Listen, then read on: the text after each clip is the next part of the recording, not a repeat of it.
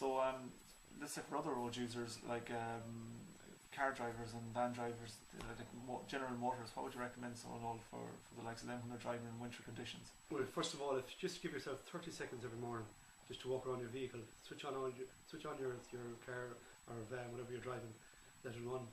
Just take 30 seconds just to walk around, see that all lights are functioning, that you're not driving with one headlight. And this gives the illusion then that you are on the road that someone might think it's a motorcyclist that might go and try and overtake towards you, and then realise that it's a car, so it can cause a head-on collision. So those 30 seconds can save your life and the lives of others. Make sure that all your lights are functioning. And also get into the habit of driving with your daylights, your lights on during the day, dipped lights on during the day, not just in winter time but all year round. And some people believe that it's going to cost more fuel consumption. It doesn't, and it doesn't shorten the life of the bulb in your car. So if everyone drove with the dip lights on during the day, it would save up to 1,500 lives a year in Europe. So it's a very simple thing by just switching on your lights, and as soon as you sticking the key, switch on the lights, and by that then it also increases your chance of being seen by other road users as well. So that's one habit you need to get into.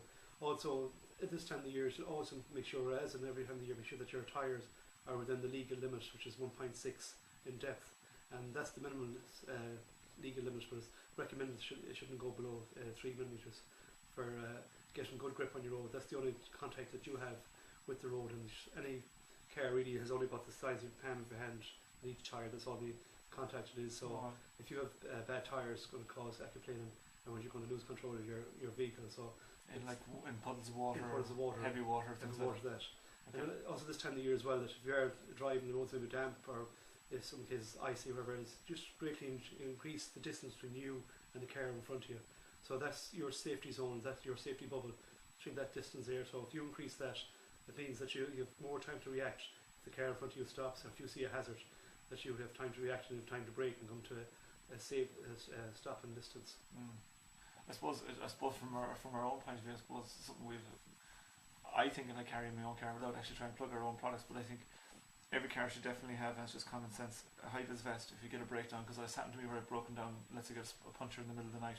A high-vis vest in a car should definitely have a fire extinguisher, and anyone who's ever been involved in an accident or seen an accident would definitely say that. A first aid kit, I would say, and a torch.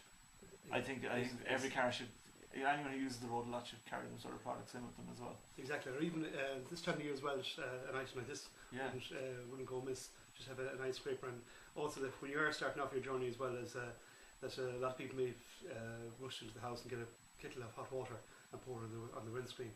This can cause the windscreen to shatter. So it should be lukewarm water to put your windscreen in, not just one spot where you're just looking around through it. See some people driving and just look like a peak hole in their car. Make sure that all the car is clear before you start off. And also again, if your car has snow on it, that the roof of the car is clear as well. Where it happened that people just clear off the windscreens and around the car, the bottom of the car, and then as they're driving, the car warms up. The depth of snow on top loosens, and when they brake, it falls down over the windscreen and can block their vision. So make sure that all your car is clear of any snow before you head off.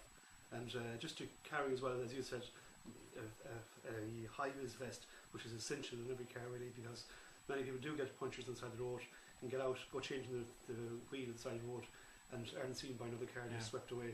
So it's so important that you do a high-vis vest, that you have one in the car, in the boot of the car. Yeah, definitely. I suppose just one other thing, like in Ireland especially at the moment, we're seeing a lot of people like myself, like yourself, who do a lot of cycling. And I suppose just what would you say to motorists in relation to cyclists? Sometimes, I know from my own personal experience, people tend to forget that you're a very soft, delicate item out on the road, and they should. What would you say to let's say motorists in relation to cyclists? I suppose if we kind of make people aware that we're out there, cyclists are out there with a generation as well of motorists who have never cycled. We have young people that maybe even brought to school on a bus, dropped in by their parents, then move on to secondary school, same thing, being picked up by a bus, or their parents go on to third level using public transport to college and have never a means to cycle. So once they get in behind the car, they don't appreciate or realise that how vulnerable a cyclist is, and how much room an actually cyclist needs when you're overtaking them. They should at least get 1.5 metres that space between you and the cyclist, so it's safe for you to overtake them. And a cyclist can manoeuvre because of the hazard on the road all of a sudden. So it's very important that you do give them enough space, and it's about sharing the road as well. That again, the cyclists as well are aware of the rules of the road, and they don't jump lights or engage in any dangerous behaviour on the road. So a mutual respect is out there between cyclists Yeah, that's and true. motorists. Yeah, definitely.